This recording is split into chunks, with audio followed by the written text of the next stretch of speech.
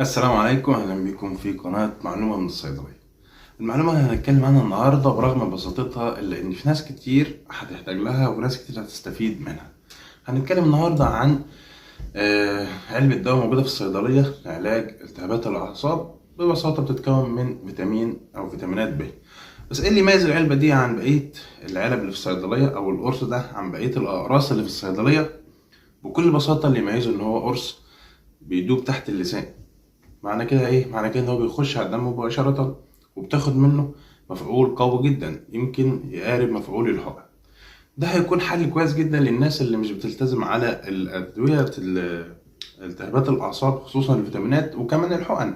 الناس اللي بتخاف من الحقن أو الناس اللي مش بتلاقي وقت الحقن أو الناس اللي مش بتلاقي صيدليات تديها الحقن. العلبة دي اسمها ايه؟ العلبة دي اسمها دلتا فيت بي 12 أو دلتا فيت أقراص. العلبة دي فيها 20 قرص وتمنها أو سعرها بسيط جدا، حوالي 37 جنيه، وده سعر كويس جدا على 20 قرص. دلوقتي في بعض حقن الفيتامينات الحقنة الواحدة بتعدي المبلغ ده. يبقى هي العلبة اسمها ايه؟ اسمها دلتا فيت ب 12.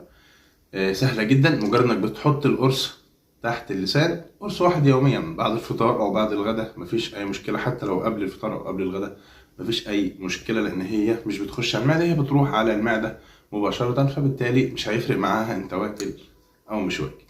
وبالتالي ده هيكون حل كويس جدا للناس اللي بتخاف من الحقن او الناس اللي عايزة فيتامين او علبة فيتامين تجيب معاهم مفعول سريع وتكون كويسة وبدون مشاكل على المعدة، او حتى بدون انها تجيب مفعول سريع وزيها زي الحقن زي ما قلت، لانها بتخش على الدم مباشرة عن طريق انها بتمتص تحت اللسان.